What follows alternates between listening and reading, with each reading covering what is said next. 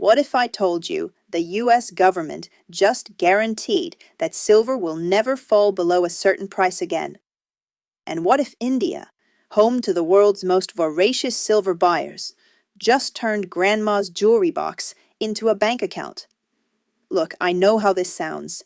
Another clickbait silver story. Another $1,000 silver headline from some guy selling coins out of his garage. But here's the thing. I'm not here to sell you anything. I'm here because I spent the last week digging through USGS reports, RBI regulatory filings, and White House press releases that nobody's actually reading. And what I found isn't hype. It's a policy shift so massive that it fundamentally changes what silver is. Let me back up. January 30th, 2026. Silver crashes 21% in a single day. Goes from 120 pounds, 45 pounds to 95 pounds in 24 hours. $4 billion in leveraged long positions, gone. The financial media called it a flash crash, blamed it on algorithmic trading, spooked traders, the usual suspects. But here's what they didn't tell you. That crash might have been the best thing that could have happened to silver, because it cleared out all the gamblers, all the over-leveraged speculators who were treating silver like it's some meme stock, got wiped out in one brutal session. And then, 3 days later, something happened that nobody saw coming.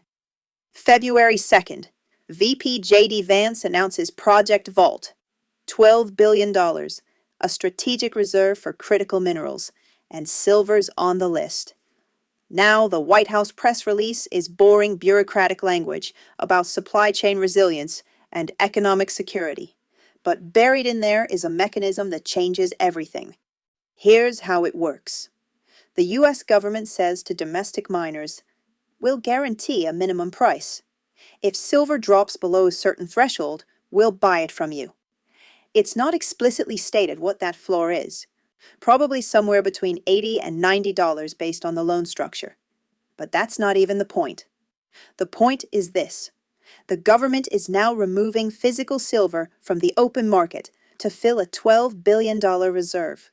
They're taking supply off the table, permanently. I looked at the funding breakdown. $10 billion from the Export-Import Bank, $2 billion from private capital, probably mining majors like Hecla or Ivanhoe getting in early.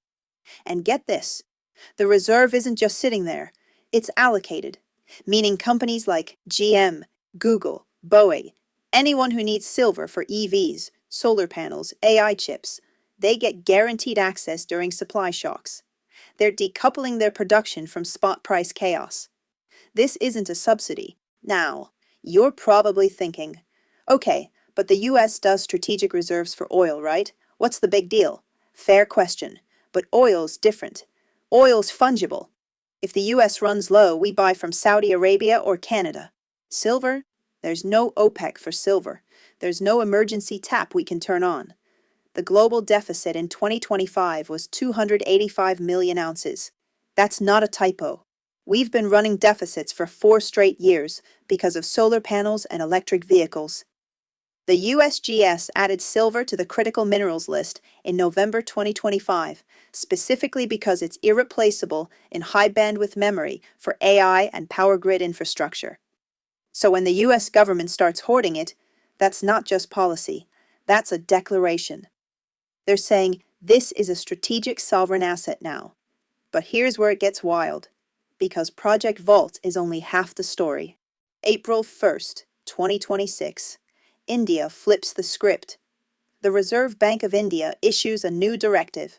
Silver is now legal collateral for bank loans. Same status as gold. You can walk into a bank with your silver coins, your grandmother's jewelry, and get a loan at up to 85% loan to value. Do you understand what that means? For the first time in modern history, Indian households, who already consume more silver per capita than almost anyone on Earth, can now use silver as liquid capital. I spent 3 hours digging through RBI lending guidelines to confirm this. It's real. The directive explicitly states, silver ornaments, coins, and bullion shall be recognized as financial collateral for secured lending purposes. This isn't some vague suggestion. It's a legal mandate. Banks have to accept it. Now, why does India care? Two reasons. One, they want to reduce black money. Tons of Indian wealth is stored in physical jewelry that never touches the banking system. By formalizing silver as collateral, the RBI pulls that wealth into the official economy. They can track it, tax it, regulate it.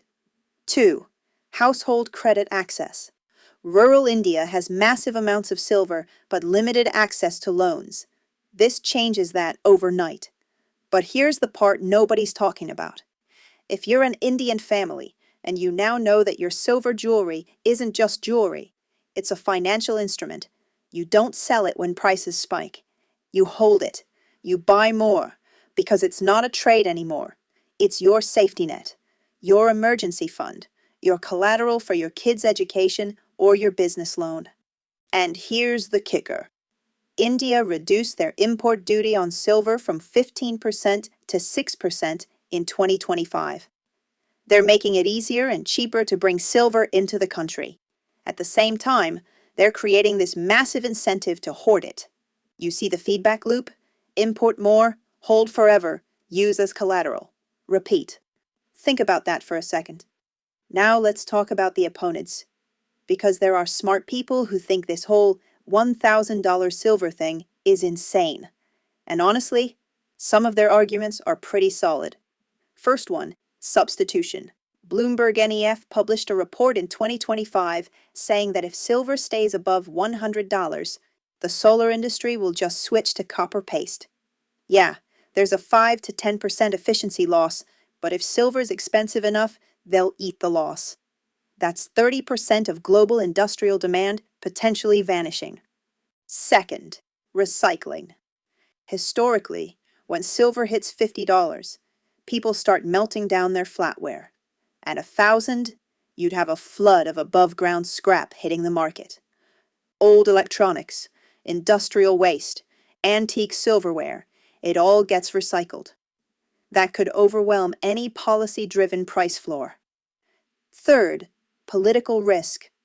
What if the administration changes? What if Congress decides Project Vault is a waste of money and kills the funding? The whole artificial floor collapses. We're back to $30 to $50 silver overnight. These are legitimate concerns. I'm not dismissing them. But here's my counterargument. Substitution takes time. The solar industry can't just flip a switch and retool entire manufacturing lines. That's a multi-year process. By the time they do, you've already had a sustained price run. Recycling? Sure. But the infrastructure for large-scale silver recycling doesn't really exist yet. You'd need smelters, logistics, testing facilities. That's capital-intensive. And political risk? Yeah, it's real. But the incentives are bipartisan. National security, domestic mining jobs, tech sector supply chain resilience, these aren't partisan issues. Here's where I get skeptical of the skeptics. They're assuming silver behaves like it did in 2011. Back then, it was a speculative trade. Paper silver, ETFs, futures contracts. That's not what's happening now. This is governments and central banks treating silver like a strategic asset. The buyer profile is different. The timeline is different. The purpose is different. Let me give you an analogy. Imagine you're playing Jenga. Every piece you pull out is a unit of physical silver leaving the market. For years, the tower's been wobbling because of solar panels and EVs pulling pieces out faster than new mining can replace them. Now the US government walks up and pulls out a huge chunk for Project Vault. India walks up and locks down their pieces as permanent collateral. At some point, you run out of pieces to pull. The tower doesn't collapse, it just stops being playable. That's what's happening to the silver market. It's transitioning from a liquid, tradable commodity to a hoarded, illiquid asset. And that's when prices do weird things. Now, let's talk about the $1,000 number. Because yeah, it sounds absurd. The bull case usually goes like this. Historically, the gold-silver ratio was 15 to 1. If gold goes to $3,000, silver should be $200. But $1,000? That requires hyperinflation or a government-mandated revaluation. I looked for legislative evidence of that. I didn't find any. There's no bill in Congress saying silver is now worth $1,000 by decree. So where does that number come from? Honestly, I think it's extrapolation from gold bubs who are assuming a monetary reset. They're assuming the dollar collapses, central banks panic, and precious metals get revalued to back the currency. That's the scenario where $1,000 silver makes sense. But that's not a policy prediction. That's an apocalypse prediction. Here's what I think is more realistic. Silver hits $150 to $200 in the next 18 months. Not because of hyperinflation, but because the physical market tightens. Project Vault absorbs supply. India hoards. Solar and EV demand doesn't slow down fast enough. The deficit continues. Prices grind higher. At some point, you get another short squeeze. Maybe it hits $250. Maybe it spikes to $300 for a few hours before crashing back to $180. That's the actual playbook based on the data. But here's the uncomfortable part. What if the $1,000 target isn't about price? What if it's about control? Think about it. If silver becomes a strategic asset that governments hoard and allocate, then the spot price becomes irrelevant. It's like asking, what's the price of the F-35 fighter jet? It doesn't matter. The government buys it regardless. Same with silver. If it's allocated to tech companies for critical infrastructure, the market price is just a number on a screen. The real price is whatever the government decides when they release it from the reserve. That's the part that keeps me up at night. Because it means we're transitioning from a free market to a controlled market. And once that happens, price discovery breaks down. You get weird distortions, shortages in some sectors, gluts in others, black markets. There's already a hint of this. India's Directorate General of Foreign Trade restricted silver jewelry imports until March 2026. So the RBI says use silver as collateral, but the DGFT says you can't import it easily. That's a contradiction. It's the government saying we want you to hold silver, but we don't want to flood the market. They're trying to have it both ways. That's how you know this is about control, not economics. So what happens next? Here's my prediction. Over the next 6 months, we see steady accumulation. Prices drift up to $110, $120. Maybe we test the old high of $120.45. Then something breaks. Could be a mining strike. Could be a supply chain disruption. Could be another short squeeze. Whatever it is, we get a spike. Maybe $150, maybe $180. And then the real question becomes, does the government step in to stabilize it, or do they let it run? Because if they let it run, that's the signal. That's when we know they're okay with $200+ silver. That's when the substitution kicks in. That's when recycling ramps up. That's when the market corrects itself, or doesn't. But if they step in, if they release reserves, if they ease import restrictions, if they jawbone the market lower, then we know this is all theater. We know the $1,000 narrative was always a psychological up to justify the hoarding. Either way, silver's not a commodity anymore. It's a geopolitical chess piece. And the players aren't traders, they're governments. So here's the question I'll leave you with.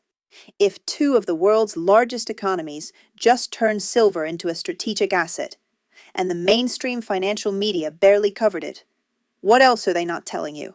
What other markets are quietly being nationalized while we're distracted by the next headline? Because I promise you, this isn't just about silver. This is about what happens when governments decide they can't trust markets to deliver the resources they need. And once that door opens, it doesn't close. You want to know what $1,000 silver really means? It means the free market experiment is over. At least for the stuff that matters.